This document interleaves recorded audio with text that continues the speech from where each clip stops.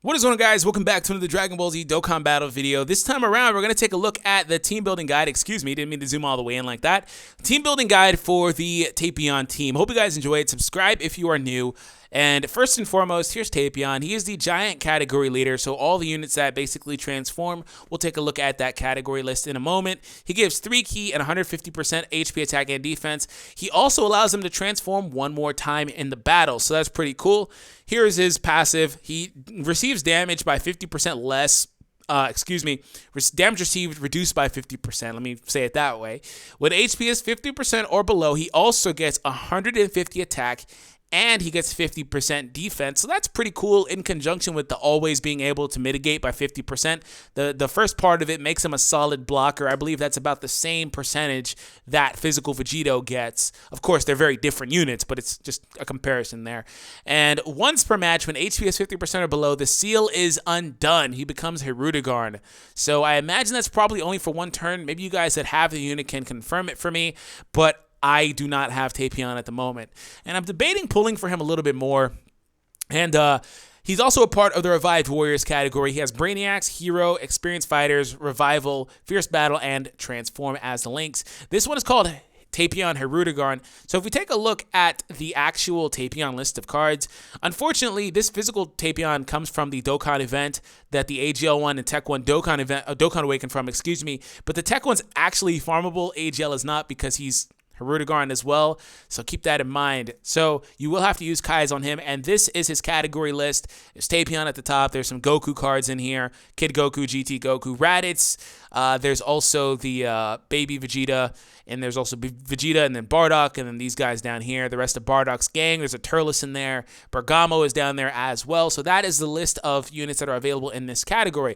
So if we take a look at the team that I have constructed, this is basically the team that I wanted to say was basically the best one. We're going to start off at the top of it. Again, TAPION is 150% 3 ki leader for the category. He also offers them one extra transformation. Some of the newer Ape rebirths are able to transform 2 times anyway. So here's the thing about this team. It's not going to be the most cohesive team when they're not transformed, but this team is basically going to be transformed. Everybody's going to be transformed all the time.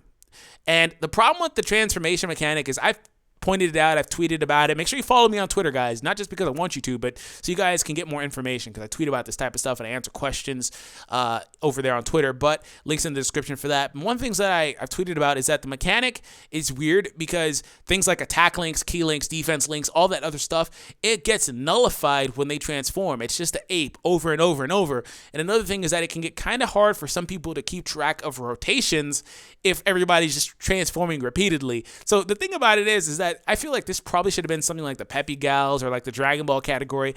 It's just one that you pull for on the side, not one that you take too seriously, but they wound up giving it a 3 ki 150% boost. Now, TAPION's cool though. The cool thing about TAPION is that he's not festival exclusive. None of the TAPION cards are, so he'll be on every banner, but it's an interesting category to say the least, and I wish I could showcase it. Maybe I'll pull for it some more, but Global's getting some crazy stuff, so like, I don't know.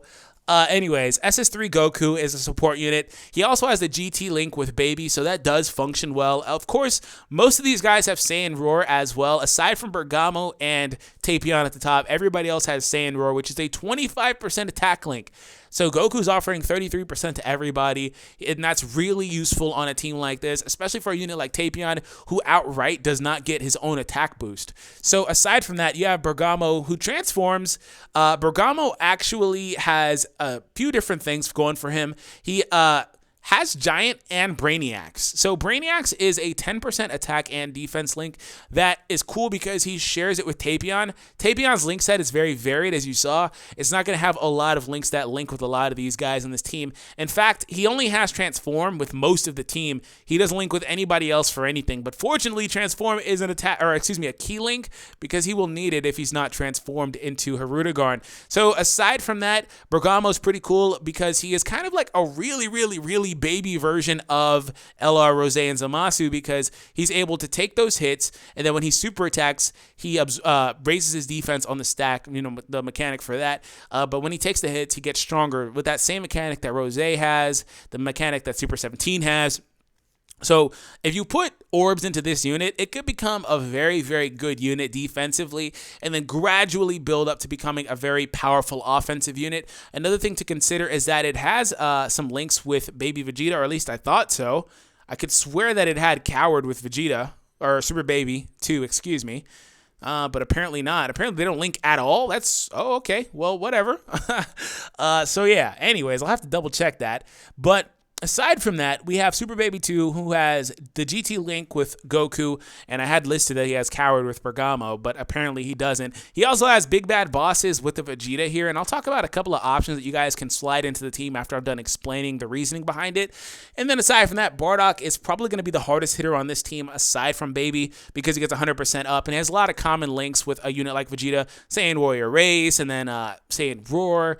Of course, a lot of these guys don't have Fierce Battle. In fact, only the 2 GT units and Tapion do. The rest of them have Rebirth or just don't even awaken at all, a la Bergamo. So keep that in mind. And last but not least, Vegeta, he has Big Bad Bosses with Baby, so that's pretty cool. Triggers, 25% attack and defense with Baby. Of course, you have to be below the threshold, but it still is a nice link. Aside from that, he has, the common links on the team, and he has Prepare for Battle with, what's his face over here, Bardock. So I'm going to have to pull up Bergamo because I could have swore that he had Coward, and I could have swore that Baby Vegeta had it too.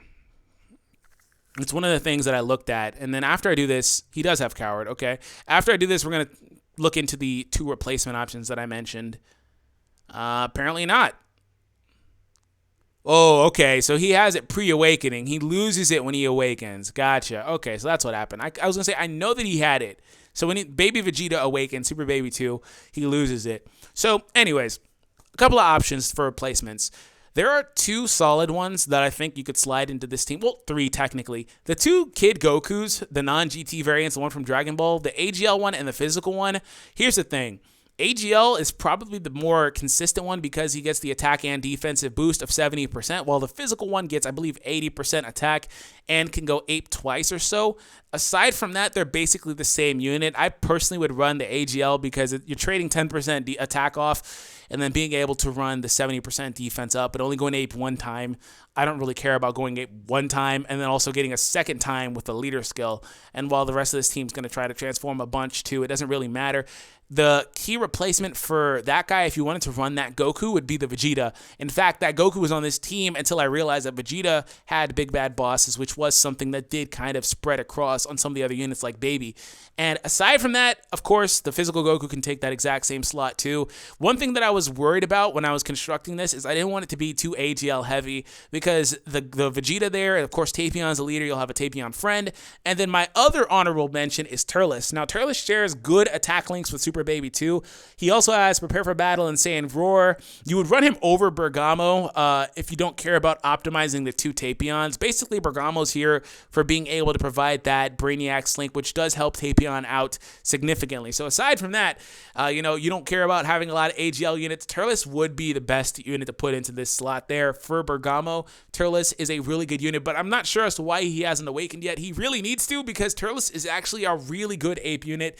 Aside from that, can also drop one of the GT units since they don't have the transformation link. That's not something that I really talked about, but the problem with the GT units is that they do not have the transform link. So they're missing out on that 2 key link, so they can become an issue because unless you're keeping them on rotation together, it may be a bit inconsistent for them to super attack. But here's the thing, they're both really, really good individually anyway, so I feel like they warrant a slot on this team because they are some of the best units on this team, and they're the only ones that have Fierce Battle to give to Tapion. So again, if you care about optimizing Tapion, you have to, because if you drop them for other ape units, your best unit becomes Bardock. And Bardock's not a bad unit, but he's a rebirth unit, and that's not a problem, but your team has nobody, right? Your best unit becomes Bardock and sometimes Tapion when he's transformed, because Tapion has no offense until you transform, basically.